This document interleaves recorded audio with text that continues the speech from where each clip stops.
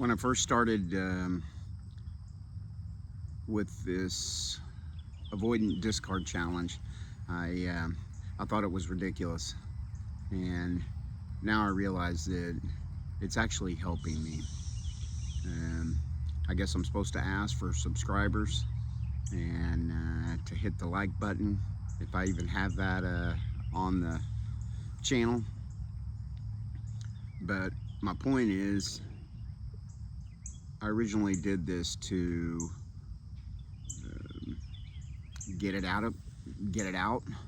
I am in therapy. I have been in therapy for a few years now for a couple of different reasons. Some of you may know by watching some of the other videos that I lost a child, and it was devastating. That's what originally put me in, gravitated towards some grief counseling. It has morphed since then. Obviously, life brings all types of challenges. Recently lost my mom. My longtime pet, my dog, passed away. Um, there's no limit to the things that happen to us in life. We're just basically human shock absorbers. And the latest shock was this discard by my avoidant ex. Documenting the days as they go by is tough. Um, some days I'm not sure which date I'm on, but learning each day that it is over, that I need to accept this reality, it's tough. And I know if other people are going through it, that this might help them. It might help them as opposed to having a trusted person to talk to that's biased to your side of the relationship. In terms of, I'm going through it. I'm going through it right now, and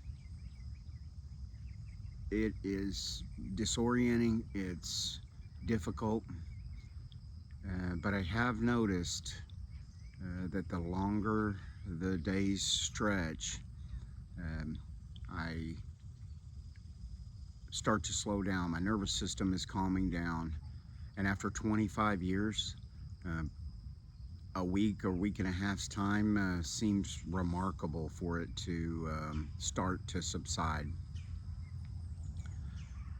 The main focus is to not ruminate, not be on that continuous loop, and it's challenging because I honestly knew this was coming 15 years ago, 20 years ago, when she left for the first time, when she moved out after having 2 little kids. Packed her stuff, and her dad and her brother came over, and I helped them. I helped them move her stuff out. I was devastated then, just like I am now. I had the idea that, you know, it would be okay, that it would eventually be okay, that it would work itself out, and I guess it did. It did work itself out. We got back together, we broke up. I tell people all the time, she's been divorcing me for 20 years, for as long as we've been married. And it's sad. It really is. It's sad that a person would allow themselves to continue to be put in that situation. It's hard on your psyche, it's hard on your confidence, it's hard on your love. The truth is, I always knew it was coming. I just seemed to be able to hold up both sides of the relationship with just my effort. And I didn't necessarily want to do that, but I felt like it was the thing I needed to do to keep my family together.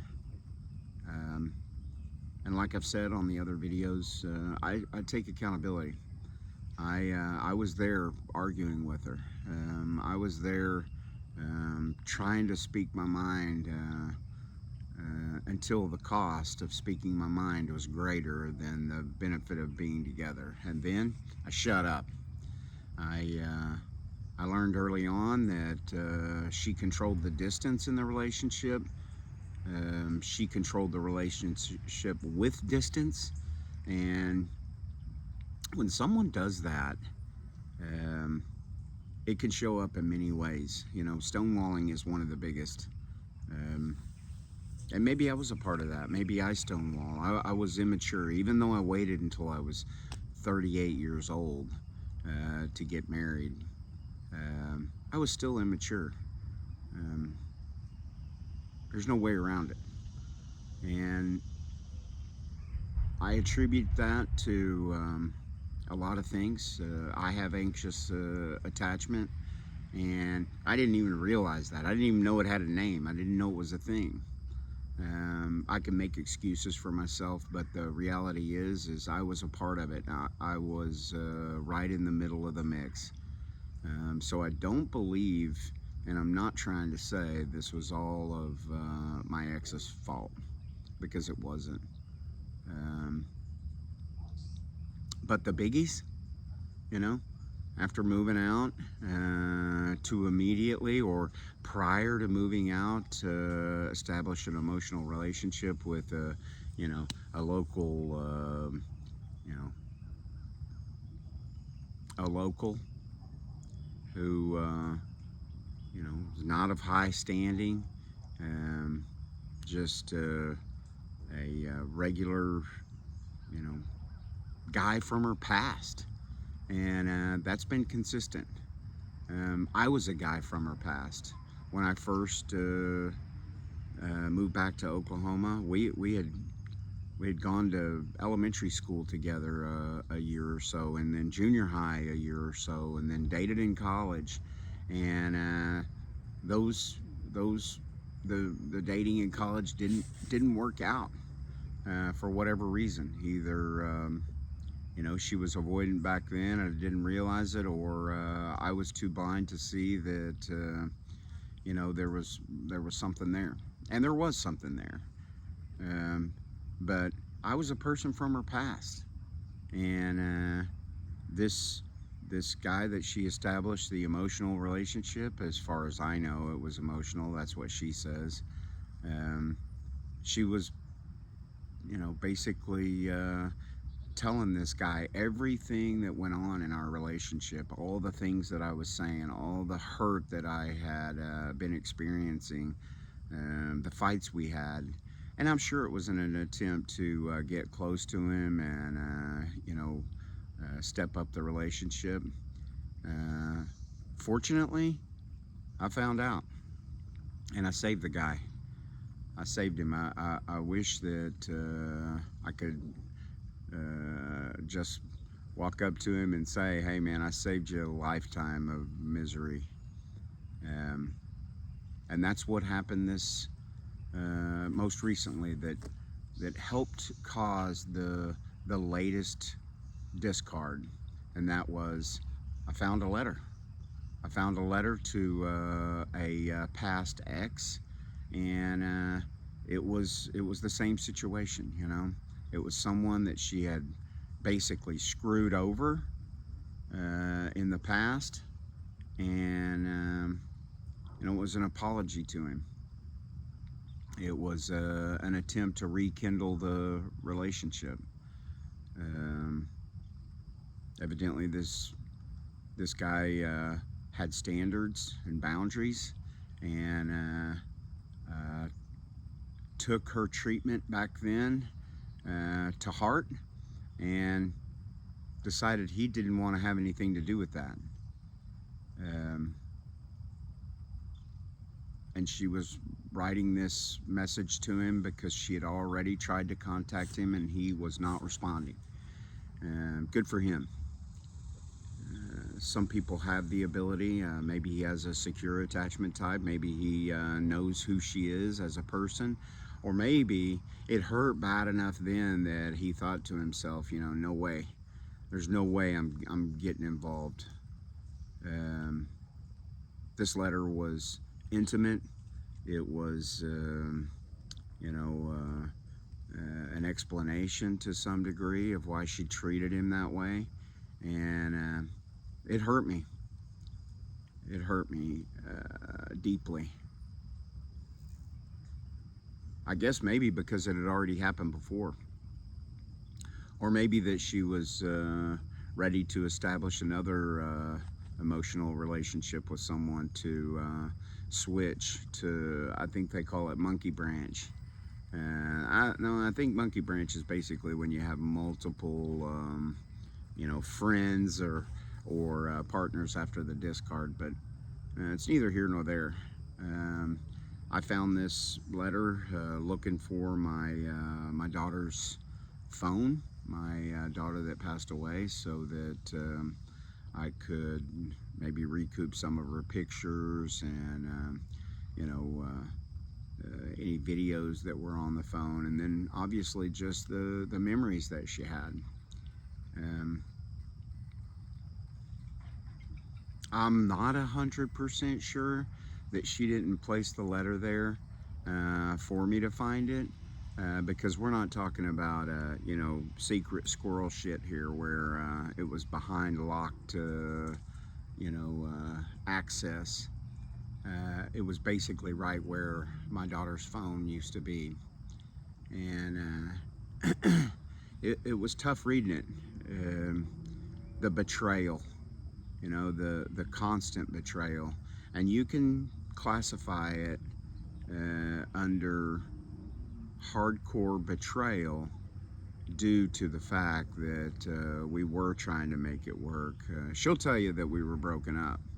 She'll tell you that you know, she was moving on, like she did the first time when the girls were small. She moved out and she had already been talking to uh, this other guy, but that was okay. You know, it was a separation. That it was basically a technicality. That even though you're still married, if you move out, it's okay to establish an emotional relationship and start building um, a friendship that will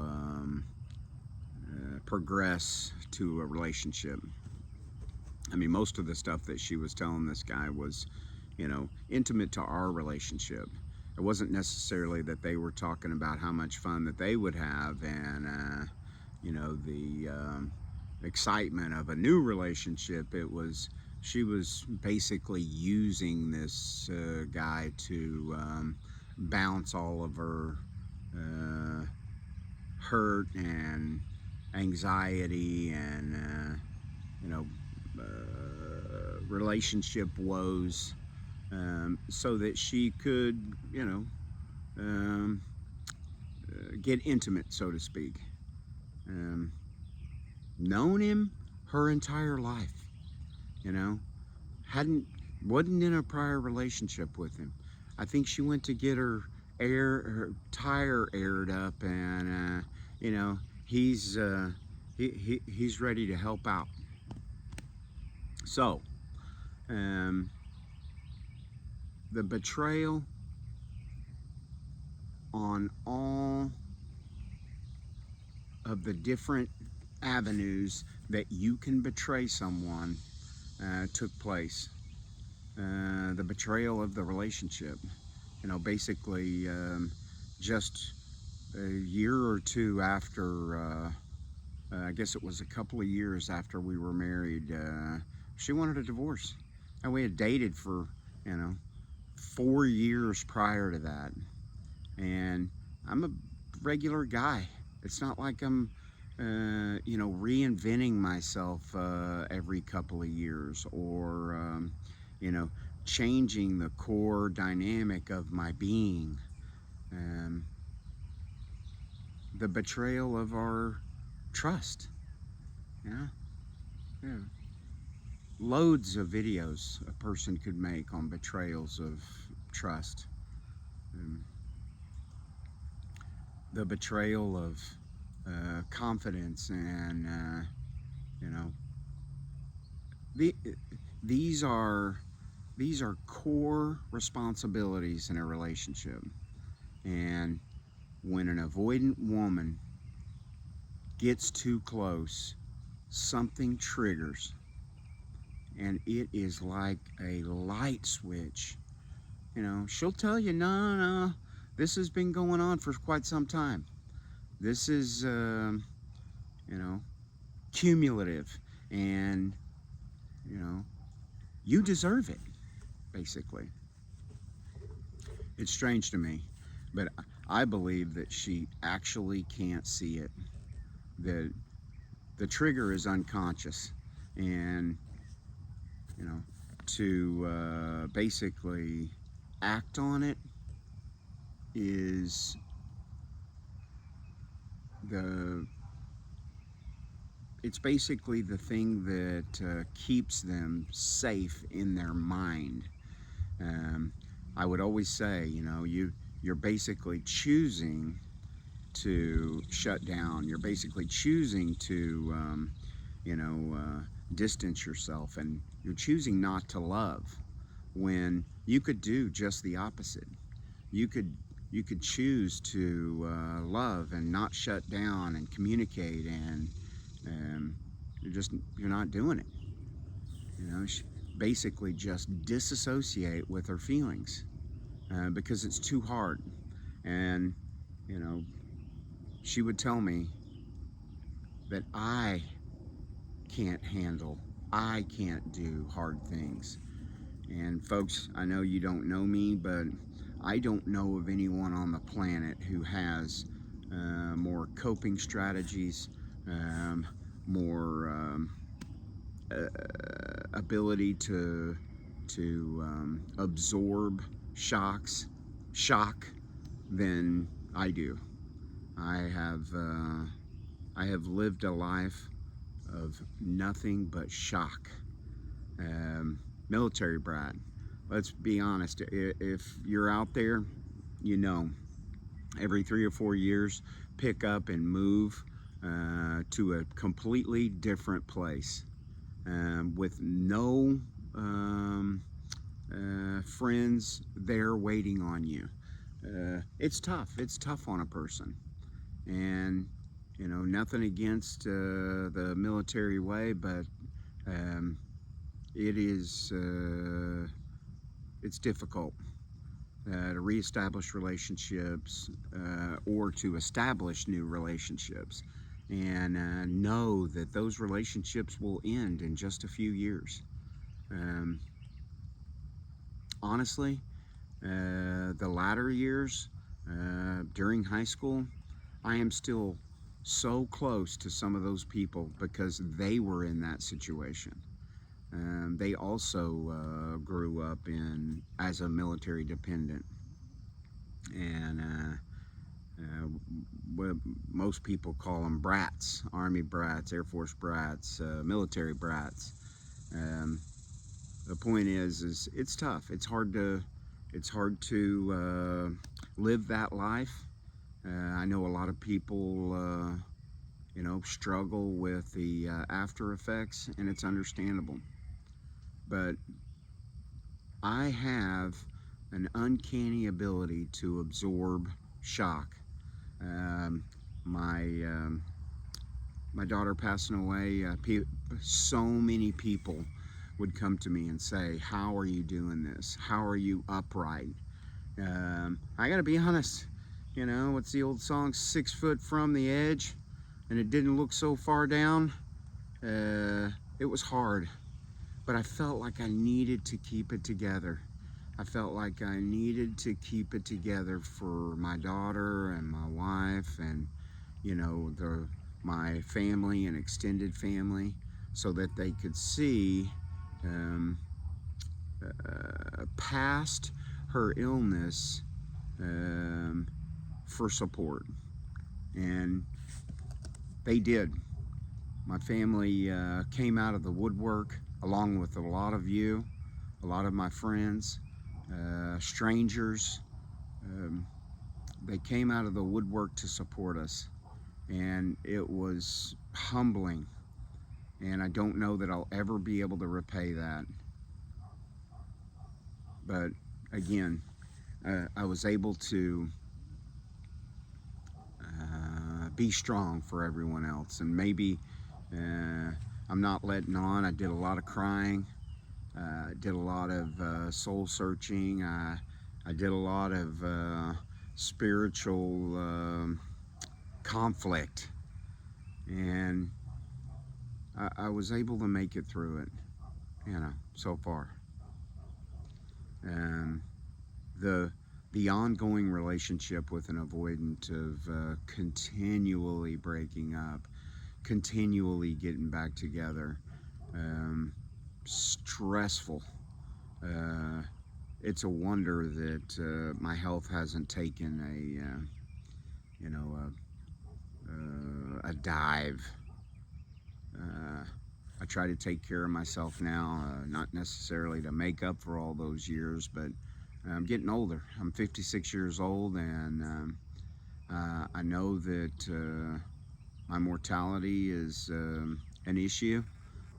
Whether we like to think about it like that or not, we're all dying. Um, the pressure and the stress of my my oldest my oldest daughter. It was her best friend. She struggled immensely, and I spent time at the school begging the teachers to give her longer on assignments. My ex-wife went to the school and made um, had a signature page to sign saying that she was entitled to extra time on assignments, and I worked with her on homework, and was on the app that you could see her grades and you could see her completion, and gently push to have her complete those assignments. But her mental state was depleted. It was the lowest I've seen it. It was the lowest of low. And, you know, the stress of that, I was able to navigate it, even with my ex telling me how bad I was damaging my relationship with my daughter, and that I was mean and, uncaring, and didn't bother to recognize that while she was in high school, after our daughter passed away, I was leaving work, driving to her high school, picking her up, checking her out of school, taking her to therapy, um, waiting outside of the therapy room, and then taking her back to school so she could finish her school day, and then going back to work for months. Um, this isn't something that someone does that's uncaring or mean or damaging their relationship with their daughter. I was doing everything that I could do. I was absorbing that stress and shock and pain uh, for her, with her, while I was absorbing my own. Um,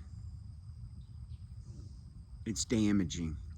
It's damaging to say that I can't do hard things, and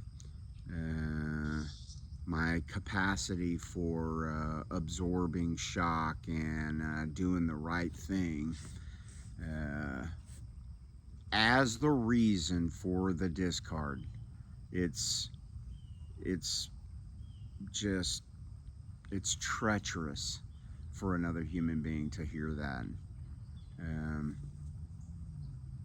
my my main focus the entire time was for my family to get through the difficulty and the hard things that I was trying to get through on my own were compounded by the dysfunction of my avoidant ex, telling me how bad I was screwing up, you know, um, barely getting involved in helping her get through it.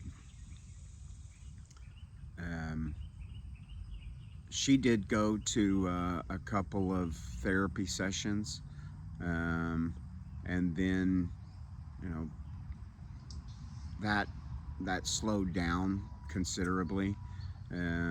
If I had to make a ratio to give you an idea, if it was 100% of her participation in therapy, um, 20 to 25% is probably realistic, and I was okay with that.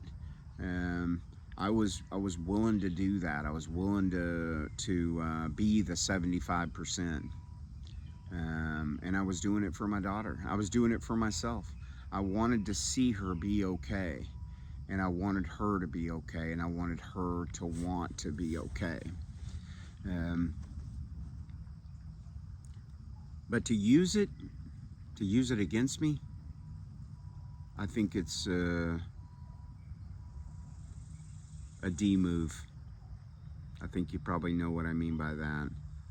Um, it's the worst thinking, stinking thinking that you can put on someone.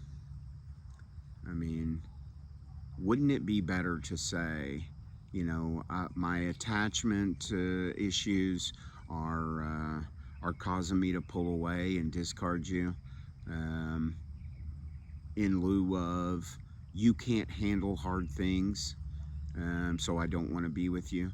I mean, she literally told me that she doesn't want to be on her deathbed and have to deal with me as her spouse not being able to deal with hard things. I mean, not only is that, hopefully in her case, 20 something years in the future, uh, but really unrealistic. So, the video for today, uh, maybe day 9 or 10, or I'm not sure. Uh, my intention is to say to you, you don't be me. Okay, that's the best way to say it. Don't be me. Don't put yourself in this situation. If you see those red flags, go get help. You know, um, if your spouse refuses to acknowledge or come to grips with her issues, and she is refusing to get help or even admit that there's an issue, save yourself. Save yourself from this. Don't be me. Don't be 25 years into a relationship that ends for reasons that could actually be overcome with the smallest amount of help, therapy, self-reflection, accountability, all of the things. Go, run, do what you have to do. Face your um, own demons and recognize hers, his, whatever your partner is. Because if you don't, you'll be in your backyard trying to decipher and navigate some of the worst hurt you will ever feel. And I gotta be honest, I could have skipped this. We don't get to choose our pain. I realize that. Um, but if there was a option, I would have skipped this. I would have taken a different pain. And as you know, life compounds pain. We all have to face pain.